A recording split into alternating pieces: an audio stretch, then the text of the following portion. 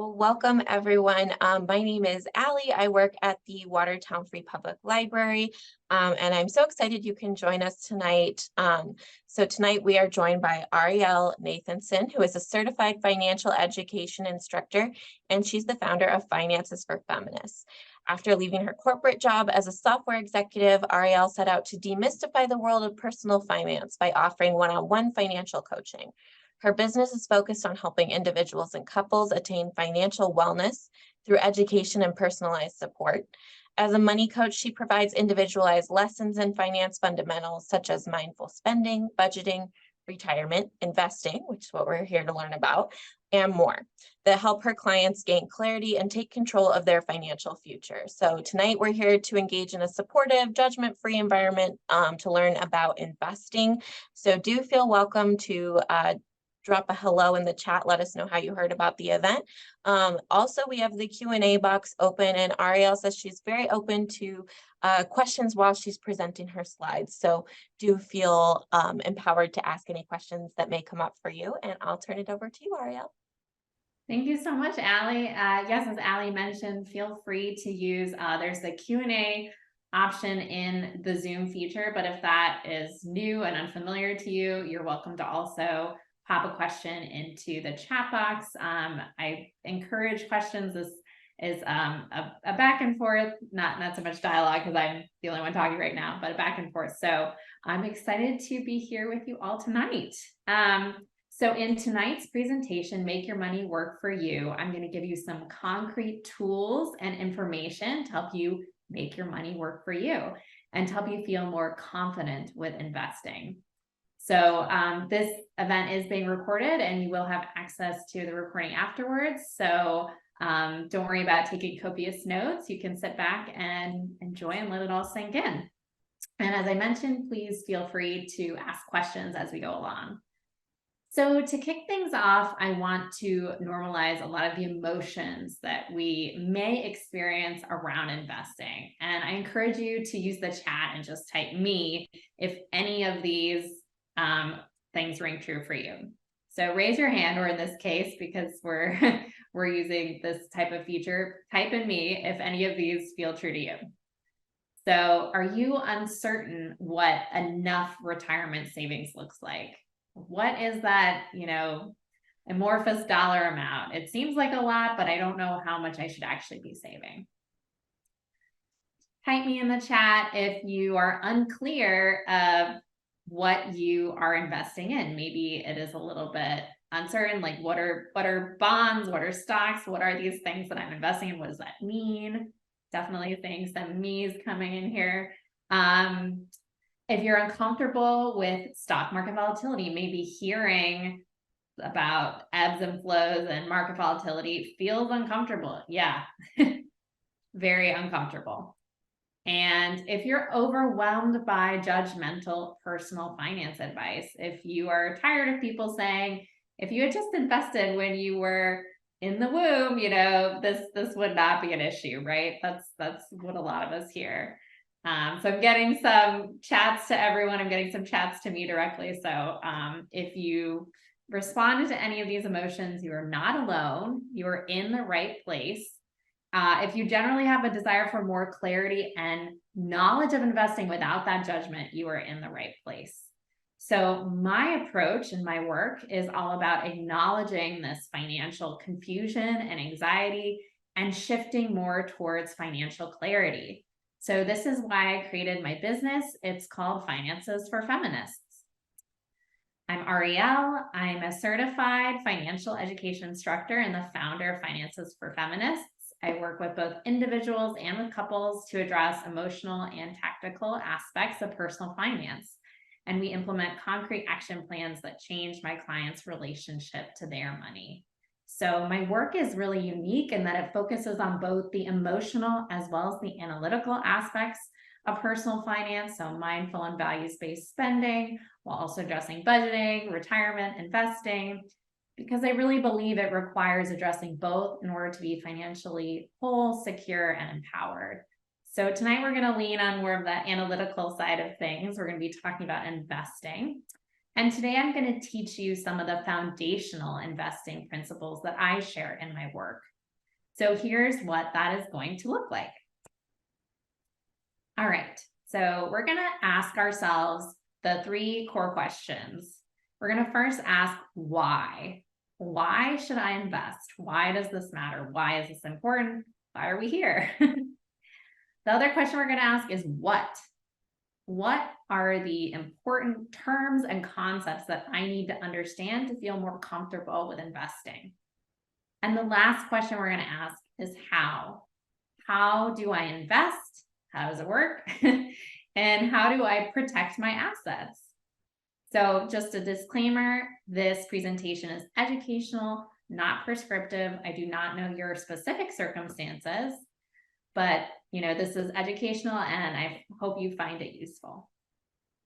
So let's go ahead and tackle this why question first.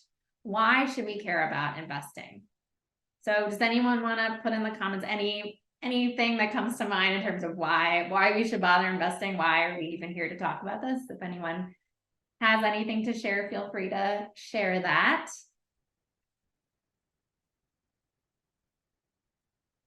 And I know this is a little bit early, so you guys may still be thinking into this concept. So for me, passive income. Ooh, love it. Yes.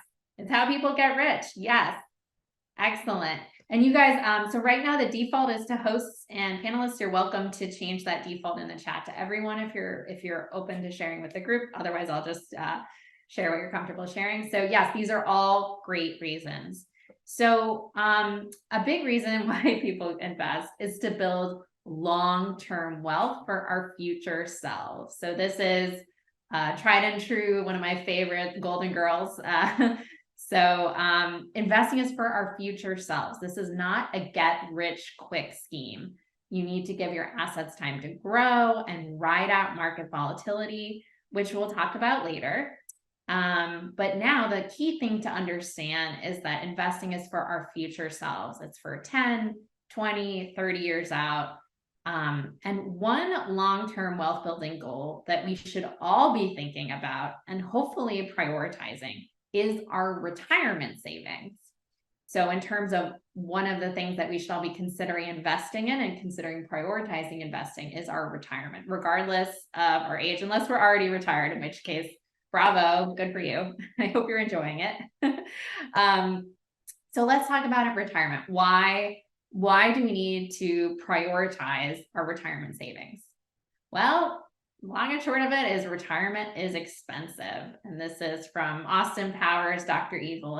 He's constantly saying $1 million.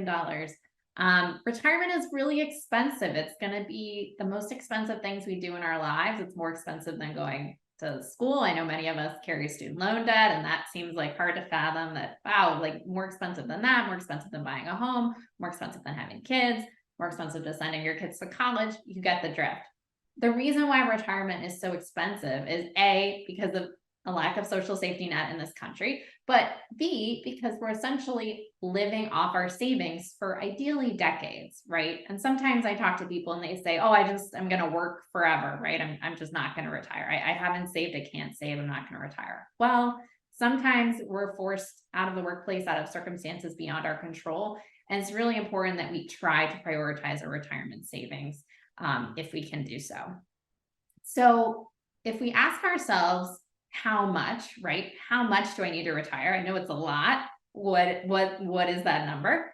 We can use the 4% retirement rule. And again, this is educational, not prescriptive, but essentially what the 4% retirement rule says is take your current income and multiply that by 25 to get what you would want for your retirement nest egg. So if we say I'm someone who makes $80,000, hypothetically, and you want to maintain a similar lifestyle during retirement, you multiply 80,000 by 25, you get $2 million. So that's the Dr. Evil, right?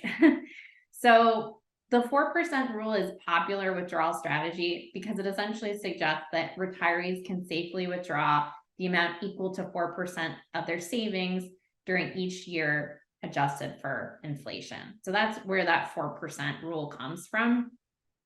And we get the 25 times rule because if you multiply 4% of 25, you get 100. So that's the 4% rule. Now, some of you may be pulling out your calculators and doing the math yourself. I know I did when I first learned this concept. So you can see it's a lot of money, right?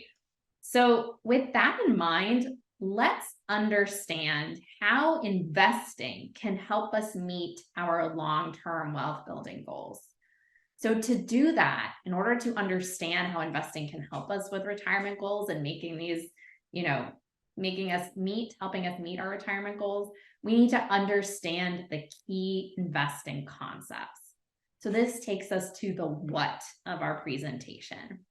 What concepts and terms do I need to understand? Now, to illustrate our first concept, I'm going to ask a fun question. So this question, and some of you may have seen it before, the question is, would you rather have $100,000 today, right now, Oprah style, you get $100,000, you get $100,000, you get $100,000, or one penny that doubles each day for 1 month, and you get that total amount at the end of the month? All right, so if you want $100,000 today, I want you to type in $100,000 into the chat. And if you want a penny that doubles each day for 1 month, I want you to type in penny. And, full disclosure, you're not getting either right now. This is purely an exercise. All right, I see a penny. Great. Who else? What else do people want? Penny. Excellent. Okay. Anybody else have any gut reactions? Yes. Excellent. 100,000. So I agree. I think from a psychological standpoint, we really want the bird in hand, right? We want that $100,000. But the way this question is framed, you guys know there's probably something hidden there, right? So let's see what happens to this penny. So for a penny that doubles every day, we start at 1 cent, 2 cent, 4 cent, 8 cent. This is pretty basic. Things start get interesting when we surpass our $100,000 friends on day 25, where we hit $167,000. And you can follow that 1 cent, 2 cent, 4 cent just down the line to see how we get there. And then day 26, 335,000. We surpass 1 million on day 28, day 29, 2.6 million, day 35, $368 million, right? So $100,000, 5.37 million. I think I'll take the penny. So what is going on here? This is something called compound interest. Compound interest is a key part of investing. And it's when you earn interest on both the money you've saved as well as the interest you earn. So somebody at the beginning mentioned passive income. This is kind of a version of that, right? Like you put money in, it is a version of that. And you're essentially making money off of the interest in addition to the money that you put aside. So to look at the example from before, you're not just doubling the penny. You put a penny in, but that 4% is now 4 cents is now 8 cents. I didn't put 4 cents in, I put in a penny, but you're able to enjoy that growth because of compound interest. So now this is the magic of compound interest, but it takes time to grow and to ride out the volatility, because unfortunately in the real world, we're not looking at 200% daily returns on investment. I think things would be a lot different if that were the case. This is just to illustrate an example. But investing is all about long-term wealth building so that we can take advantage of that long-term compound interest growth.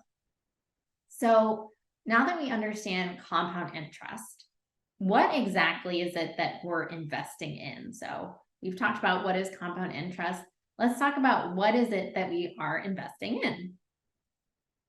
The main asset classes that you invest in are stocks and bonds. And yes, it really is that simple. So when you hear about these other things, index funds, ETFs, mutual funds, these are just groups of these other asset classes, stocks and bonds, and also cash. But I'm not going to define cash because cash is a little clearer, I think. We're going to talk about stocks and bonds. So let's start with bonds. Now, what exactly is a bond? A bond is a contract with a government, either federal or local or a company, that is essentially saying, they say, hey, can I borrow some money and I will make it worth your while with some interest. So the way in which we make money on bonds, is that money is earned by the rate of interest that we're being paid for, that the governments or the companies are paying us in order to borrow that money.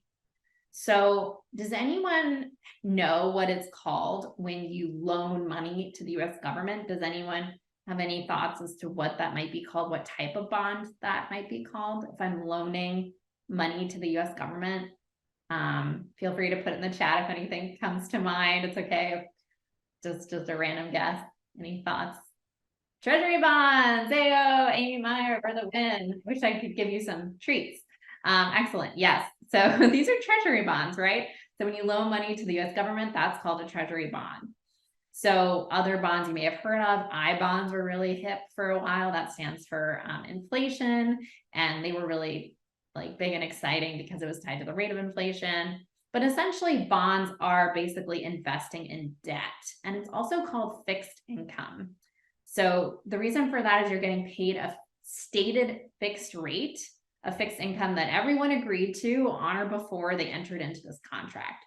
So bonds are considered a lot more stable and therefore a lower risk and also a little bit lower return. So loosely speaking, the rate of return, we can't foresee the future, but the rate of returns on bonds are more like maybe like 3%, give or take over time. Whereas the stock market you'll see is more like 7%. And these are adjusted down for inflation. So you may hear 10% return in the stock market. It's more like 7% when we adjust down for inflation. So I've sort of, given you a sneak peek. We're gonna cover stocks next. So bonds, considered fixed, stable, more secure, a contract with a government or a company. You loan them your money, they give you interest to sweeten the deal, and that is how you make money on bonds. They're considered more stable and therefore lower return, lower risk. Let's talk about stocks. Now, a stock is essentially ownership of a tiny slice of a company. So it's a fixed percentage of ownership. The way in which we make money in stocks is twofold. One, the value of the stock grows over time. This is called price appreciation. So let's say you or someone you know bought stock in the 80s, bought Apple stock, Apple the company. And over time, you're like one little baby share or 0.001, however big of a share you got. Let's say it's one share just to make it easy. Your one share of Apple stock when you bought in the 80s, because the value of the Apple company has grown so much over the last 40 years, your value, that one share, is significantly more valuable, right? Over time, that amount of value has grown. So that's one way that we can make money, price appreciation. Now, the reverse is also true, right? If the company goes under or if it shrinks, you lose money. So, but the way in which we make money is price appreciation is one way. The other way that we make money on stocks is through dividend payouts. So similar to bonds, this is when a company says, thank you so much for being a shareholder. We really appreciate you. And we're going to give you some cash to sweeten the deal. So the way in which we make money in stocks is the price appreciation, which is the value of those shares over time. You can think of that Apple stock example, plus the dividends, and that's our total return. Now, it's important to note that I'm speaking of stocks at an individual level. So I have examples here, Meta, Airbnb, Microsoft, Apple. These are all examples of companies. But most of us, for the majority of investors, we're not investing in like one stock at a time. What we're investing in is groups of investments. And the reason for that is because we want to diversify our portfolios. Because let's say, Airbnb goes bottoms up. We don't want to have all of our eggs in one basket where one company's, rise or fall would implode our retirement savings. That's pretty risky, right? So most people invest in groups of stocks. But when we're looking at a granular level and we're understanding the concept at its like very core, it's that ownership in a company. Okay, so now if stocks are, I should add, so we talked about how bonds are low risk, low reward. Stocks are higher risk because it's not that contract with a company. We're not agreeing on fixed terms. Instead, it's ownership that ebbs and flows depending on the circumstances, the profit margins, how much they decide to pay out shareholders, how well the company is doing. These things are all volatile, right? So it's riskier, but there is also a higher reward. So if stocks are so great, why can't we just invest now and take our money out tomorrow, right? Like if stocks are so fantastic, why can't we do that? Well, the reason is that the stock market is volatile, and that is normal. So let's take a look at stock market volatility over time. Now, this is an example of the S&P 500 between 2008, 2006, and 2018. The S&P 500 is essentially the 500 largest companies in the US. So again, all those companies I gave as examples on that previous slide, Apple, Microsoft, Airbnb, Meta, these are all grouped in here, and any big company you can think of, Nike, Adidas, they're all in here as well. The 500 biggest companies.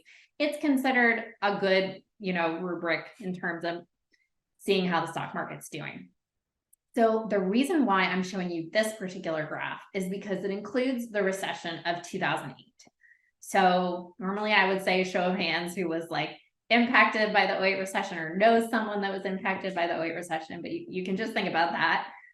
For me personally, I graduated on the heels of the 2008 recession, and it was very, very hard as a recent grad to get a job. It was very stressful. And I know many of us that lived through that recognize that it was a really stressful time. And even if you didn't live through it or you don't remember it, the graph sort of speaks for itself.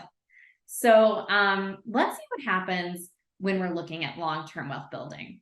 So to illustrate this example of why we need to invest long-term over time, I'm going to show you the flip side. So what happens if you don't invest long-term in the stock market? What happens if we invest one day and need the money the next day? So in this example, let's say, yeah, there we go, the downturn. Let's say we had $100,000 and we were using that for a down payment on a house. And I know many of you are probably laughing because you're in the Boston area that, that's not much money, but I think in 2008, it would have gone probably further than it does today.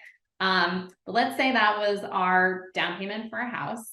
And we're looking to buy a house in 2008. Maybe for whatever reason, our housing circumstances were changing, and we thought, hey, I'm going to put my down payment in the stock market just to make a quick buck, and I'll get it out when it's time to move later in the year. If we had done that, if we had tried to use the stock market in a get rich quick kind of way, well, we would have lost 55% of our principal. That $100,000 would have been shrunk to $45,000. So if you put the money in at 2008 and tried to take it out in 2009, you would have been in a very difficult spot. So this is an example of why we don't use stock market for short-term wealth building. Instead, it's for long-term wealth building.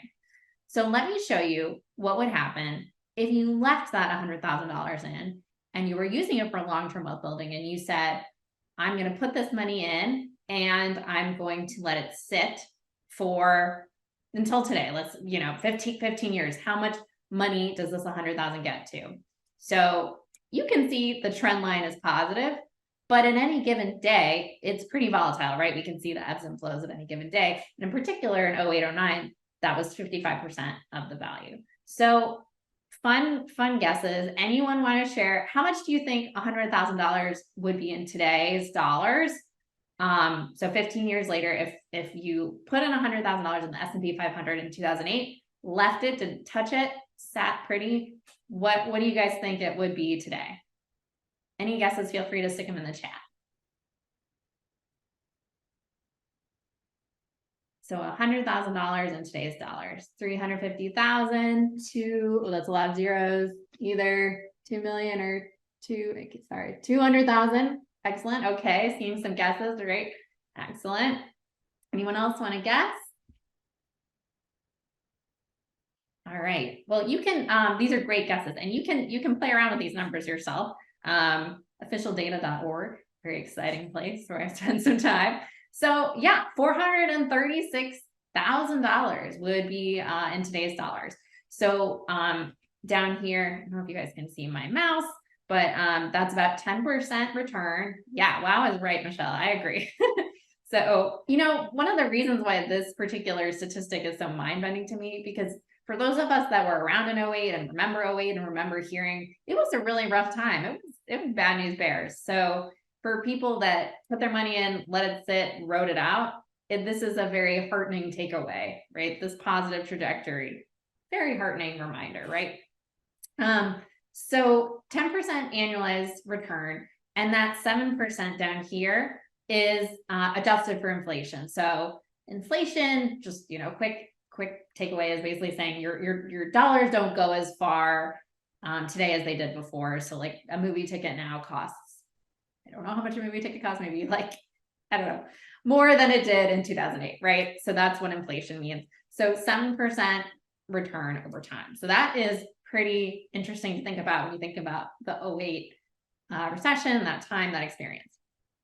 So unfortunately, growth doesn't move in a straight line up, right? We're not really seeing this. What we're seeing is this, and that's a little stressful. So why isn't it a perfectly straight line? Because, that would be really nice. Can we get it to be that way? What exactly is behind stock market volatility? So again, just showing you the ups and downs. Any given day is like this. Over time is like this. What is going on with this, exact situation? Well, a few things. One, people buy and sell these investments. Institutional investors, individual investors, this is happening like supply and demand in real time. And that makes the price of investments grow and shrink. However, it's important to keep in mind that losses are only actualized when you sell your share. So in the example of the $100,000 in the S&P 500, you're not losing that amount because what you own is a fixed percentage of the company. So it's not relevant, and the loss isn't actualized until you sell your share. So the price says what you could sell for it if you wanted to sell now. But if you're investing in long-term goals, which we talked about in the beginning, investing is all about long-term wealth building, then the goal isn't to sell right now. It's to let it grow over time. In 15 years, that $100,000 became $436,000 without adding any money to it. So the goal is to let it grow over time. Now, an analogy that I like to use and share with folks is Zillow. So if you're a homeowner or aspiring homeowner or just, understanding homeownership, you might be able to think, would I refresh and check the value of my home every single day? No, that would be crazy. You would go crazy, right? What you do when you buy a home is you say, what are the factors in my life? Do I need to downsize? Do I need to upsize? What's the school district? There are other life circumstances that dictate your needs in home ownership. You're not basing your decision to move on every day Zillow changing up 1%, down 2%, up 3%, down 4%, right? That would be crazy. That would make you crazy. And so anytime you're tempted to look at the nitty gritty day to day, those very volatile zigzag lines of the stock market, I want you to think, would I do this with Zillow? And if the answer is no, just set it down and walk away. It's okay. So sometimes I find that that's helpful when people are trying to get a handle of, understanding the volatility. So you can think about Zillow. All right. So now that we understand that stocks market experience volatility, and this is a perfectly normal part of investing, how do you offset the risk of the stock market? How do you protect your assets when there are dips? So this takes us to the question of how. So how do I protect my assets, and how do I invest? How can I be a more confident investor? So let's say in 2008, you were retiring and you needed to access some of your funds. So you say, well, Ariel, I need to retire. I've saved for these decades, and now I'm at the point where I need to access these funds, and there's a market downturn. How am I supposed to manage my anxiety, and how am I supposed to manage that? Well, there's something called asset allocation, which is essentially the diversification of your portfolio. So we alluded to this earlier in terms of not buying individual stocks, but buying groups of stocks. This is also true in terms of balancing your portfolio with bonds and stocks. So one rule of thumb that you can use as a benchmark, again, purely educational, not prescriptive, is the 1-10 rule of thumb. So 110, essentially you take 110 and you subtract your age, and the remaining amount is the percentage of your investments that you would have in stocks. And then whatever's left over is in bonds. So to put numbers to this, if I were a 30-year-old woman, and I might choose to have 80% of my long-term investments in stocks and 20% in bonds. So what's happening here? This is essentially saying, as you get closer to the age at which you will retire or need access to these funds, you are shifting your portfolio to be more conservative, right? So we talked about volatility. We talked about that being normal. We talked about us bonds are more stable and secure investments than stocks. So as you get closer to retirement age, which is, again, this is where this 110 rule comes in, because like as you get older, your portfolio becomes more conservative. So in this example, if I were very close to retirement, and I'm not going to do the math off the top of my head, but if I were very close to retirement in 2008, I would have already shifted a lot of my portfolio to bonds. So it would be easy to access those funds. They would be in low risk investments.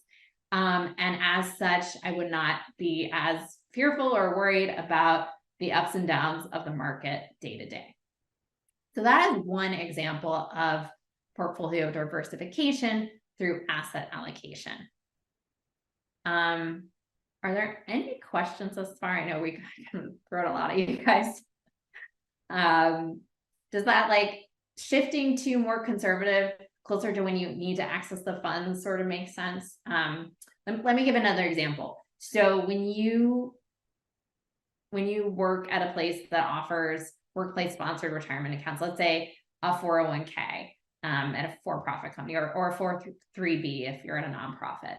When you go to the HR and you say, yes, I would like to participate in this workplace sponsored retirement account, oftentimes they will give you a default list of things you can pick, types of investments. And some of the examples, and you guys may have heard of these, are called target date funds. The target date isn't exactly, you're not like held to the date. It's not like a contract that says on 2050, I will definitely 100% retire. That is not what it's about. It's a loose date. So let's use 2050. So if you pick the date, target date 2050 in your workplace sponsored retirement account, then that's essentially saying around 2050, I would like to retire. And as such, the investments that are being put into this fund will become more and more conservative as you get closer to that date, meaning they will shift more towards bonds, cash, fixed, stable investments, so that you don't, again, you can ride out that market volatility. And when things do ebb and flow, which we know that they do, we're not as worried about them because we have shifted our portfolio to be more conservative as we need to access those funds. So target date funds aren't just for workplace sponsored accounts. You can also select target date funds in, as an individual, like an IRA. That's an example of a type of asset allocation to make it more conservative when you need to access it. Any questions on this concept of, yes, what does the phrase index fund mean? Ooh, excellent question, Aaliyah. I actually have a slide on that at the end. But let me give you a little teaser in case we don't get to it. Excellent question. So an index fund is essentially called an average. So you're basically saying, I am totally fine with the average. So when we think about index funds, we can often think about index funds versus actively managed funds. And you know what? I'm just gonna show you the slide because I have a slide. Here we go. We're gonna skip to this slide. So Aaliyah, this is all about your question. So Warren Buffett, who, if you've heard of him, he is 123.1 billion net worth. I mean, that's just a different problem. But anyway, so he says that among the various propositions offered to you, if you invested in a very low cost index fund where you don't put the money in at once, but you average it in over 10 years, you'll do better than 90% of people who invest at the same time. So the takeaway here is that Warren Buffett is a fan of index funds. So let me explain what index funds mean. And this is a great question. So an index fund is a representative sample of some market. So in the example of the S&P 500, that's the example of it's considered a representative sample of the US stock market because it's comprised of 500 of the largest companies. So index funds mean that you want to invest in an entire market, like the US stock market, or some representative sample. And with an index fund, you are essentially saying that you are fine with the average. And just to be clear, the average is like that 7% yield, which is great when you think about it over time. I'm getting that 7% data from historical data. So the S&P 500 has been around for over 100 years, and we've seen that, like, historically, aggregately, we have so much data to prove this. So although we don't know what the future may hold, the past is a pretty good, we've got a pretty good runway to show us that 7% yield. I do want to take a quick pause and make sure I say this, because I think I forgot to say it on the other slide, but that positive trend that we're seeing, because it is like this, although it's 7% over time, which is 10% when we're not considering inflation, that could look like 1 year you make 20% and 1 year you make negative 10%. And then, so the average is 10% over time, but in any given day, it's volatile, right? So back to the question about index funds. Index funds are essentially saying, I love the average. I am totally fine with 10% over time, or 7% adjusted for inflation. That's fine with me. And because you are saying you're fine with the average, you pay very little in fees. So fees are essentially the overhead that you pay to get someone to manage your funds. And when you're saying I'm fine with the average, no one's really managing it. Or if they are managing it, it's very, like, mostly computers and very low level. So you're saying I'm fine with just all the 500 largest companies. I'm fine with that. That is essentially what the index is saying. Always look for the name index to know if it's an index fund or an actively managed fund.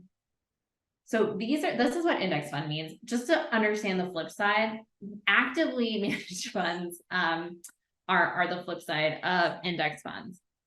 Because what actively managed funds are saying is that sorry, I'm just seeing some other questions come in. So what actively managed funds are saying is they're saying, I would really like to do better than the average. I think I can do better than the average. I think that 7% is not good enough for you, and I'm gonna do better. Well, as you can see from this fun cover slide, there's a delightful Forbes article, you can look it up later, that shows that cats beat professionals at stock picking, which is basically saying that they had a bunch of, very, good on these people for being open to this experiment, but it was kindergartners, a cat, and some fund managers. And they said, okay, we want you to, like, predict the stock market and try to have the best outcome. And the cat won, which is quite funny and also very humbling for everyone. And it's not to say that these people really suck at their jobs. It's that the job is kind of impossible, right? We're trying to predict the future, and that's essentially basically insider trading. So actively managed funds are trying to outperform the average. They're saying, we can do better than the index. We'll do better than that. But as a result, they have higher fees. So it's more like 0.5 to 2% as opposed to index fees, which are much, much lower. I think I have, 0.01% to 3%. So are most company sponsored 401ks actively managed funds?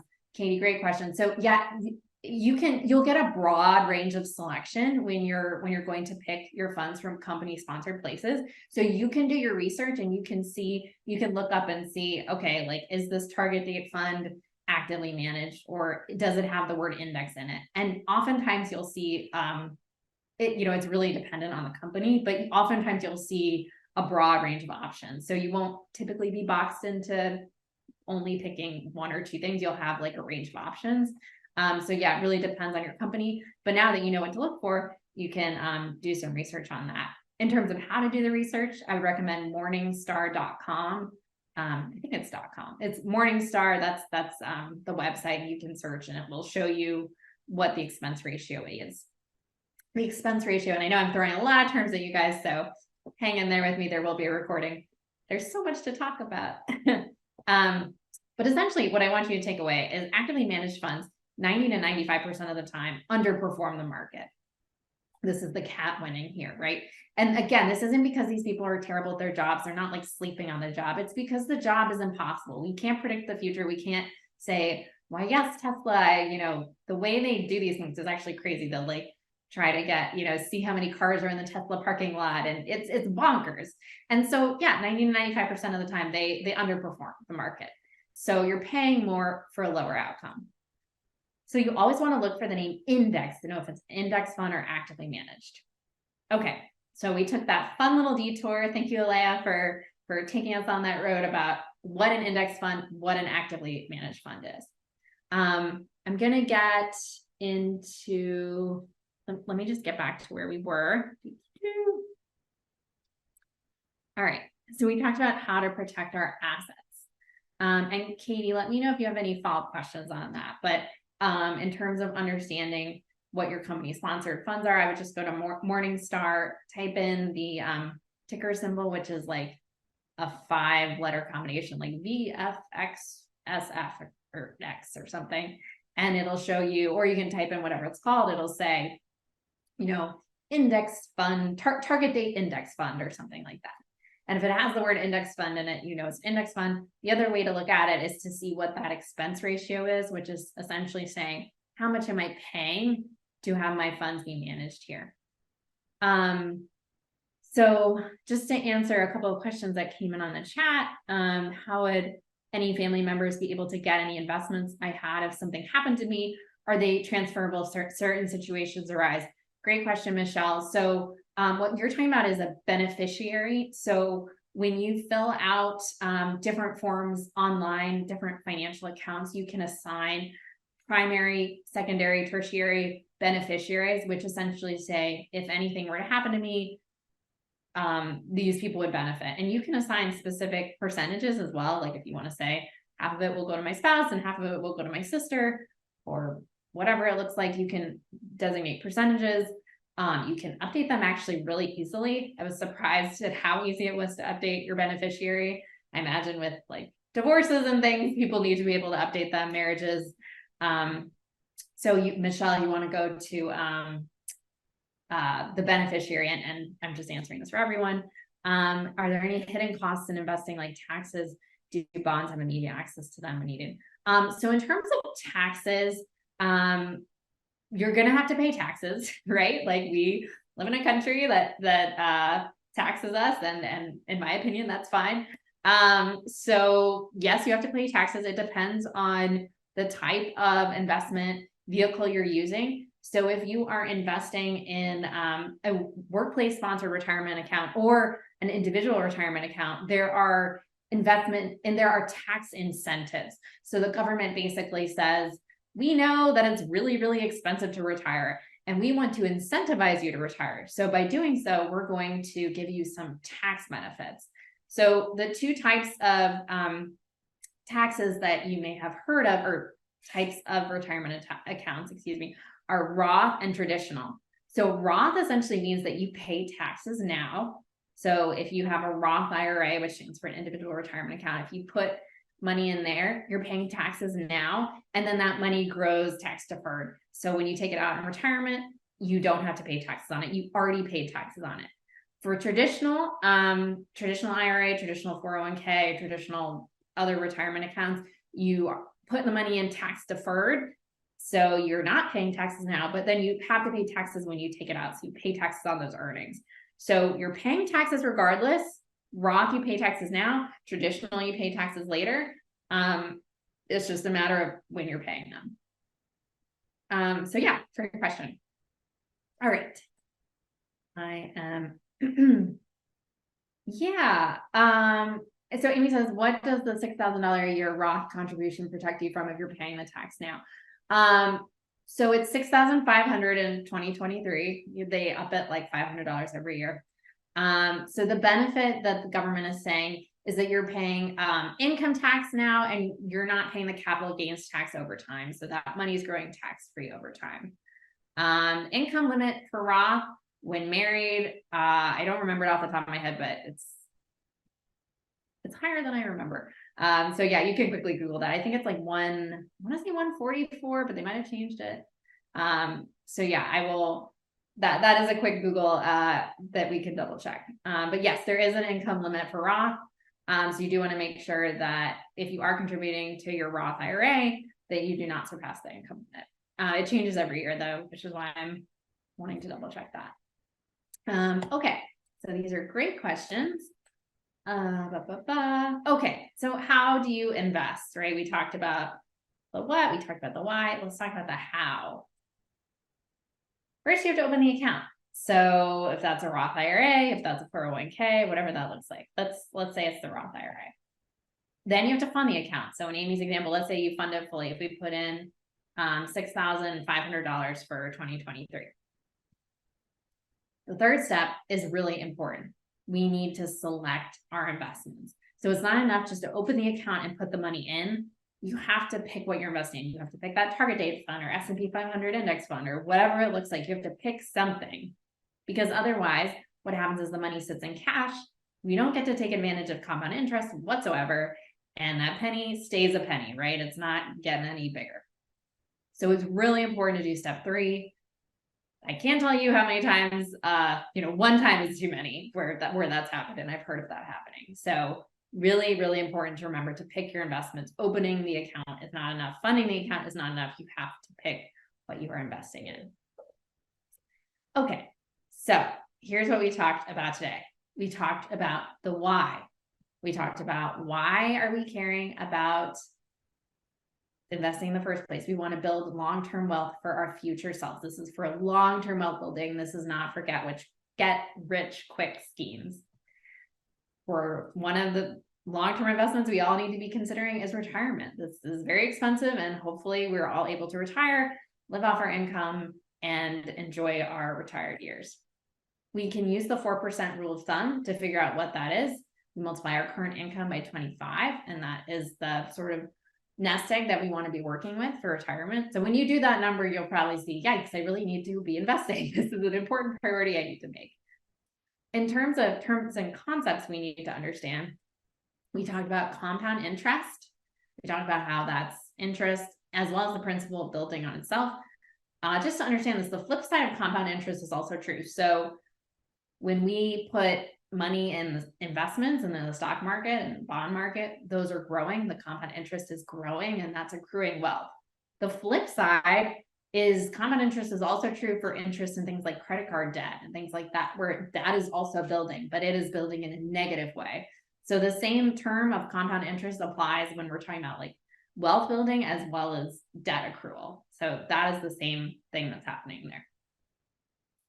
We also talked about stocks and bonds. We talked about how bonds is a, contract with a local, state, or government and a company, and that stocks are essentially a fixed ownership or equity in a company. Stocks are, sorry, I always know I'm getting to the end of the presentation when I start losing my voice.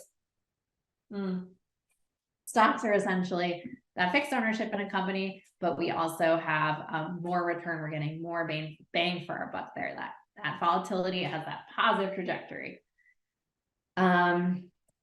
Let's see. Stock market volatility is normal. You're welcome, Christina. Stock market volatility is normal, right? So we understand that volatility is normal, and that is okay. When we hear, hey, the stock market is doing all these, this is what it is today. The Dow Jones is up, the S&P 500 is down. We are keeping our cool. We are remembering that big picture, that trajectory up. And we talked about how to invest. We talked about protecting your assets using asset allocation, the 1-10 rule of thumb, to become more conservative as we get closer to when we want to retire. And we talked about investing being a 3-step process. You open an account, you fund the account, and you pick your investments. All right, so we made it to the end. I do have a freebie for those of you that are interested. Check out my website. It's financesforfeminists.com, all words, both plural. I have a fun free guide, a gardening guide for your money on how to cultivate financial wellness. I'm really proud of it. It goes into more depth, not just on investing, but also on debt, 401k matches. It's free. Check it out. It's great. So you probably started to realize in our conversation, wow, this is the tip of the iceberg, right? There's so much more to talk about here. Hopefully you found this informative and kickstarting you to sort of take the next step, feel a little more comfortable about investing. But if you're looking for more, if this kind of stuff is really exciting to you and you want to start the new year off on the right financial footing, I am offering my signature course, Finance Fundamentals. It kicks off February 2024. It's 3 months of individual one-on-one attention for your specific needs and circumstances. We kick off with mindful budgeting, understanding where you are, getting a sense of your goals, how we want to map where you are to where we want you to be, understanding retirement basics, the factors of age, lifestyle, income, savings rate, how much you've saved thus far, all that good stuff. Investing 101, we cover this more in detail, credit score boosts, debt payment plans if applicable, and we automate this because, man, it's a lot of work to do it manually each month. So doing the work up front helps you set up for success by automating it in the future. It's a personalized action plan, and I do offer quarterly follow-ups as well. I work with individuals and with couples, and I have 3 slots left. So if you are interested in checking it out, I encourage you to reach out. My clients have seen so much amazing stuff: over $200,000 in debt reduction, $80,000 increase in net worth, 30% savings rate maintained or exceeded, and over $60,000 added to high yield savings accounts. I'm so proud of my clients. So feel free to reach out. Free discovery call. I hope to hear from you guys. And we do have 5 minutes, which isn't a lot, but I suppose if anyone has any questions that wasn't answered. And thank you guys so much. I really appreciate, thank you so much. I'm so glad you guys found it useful.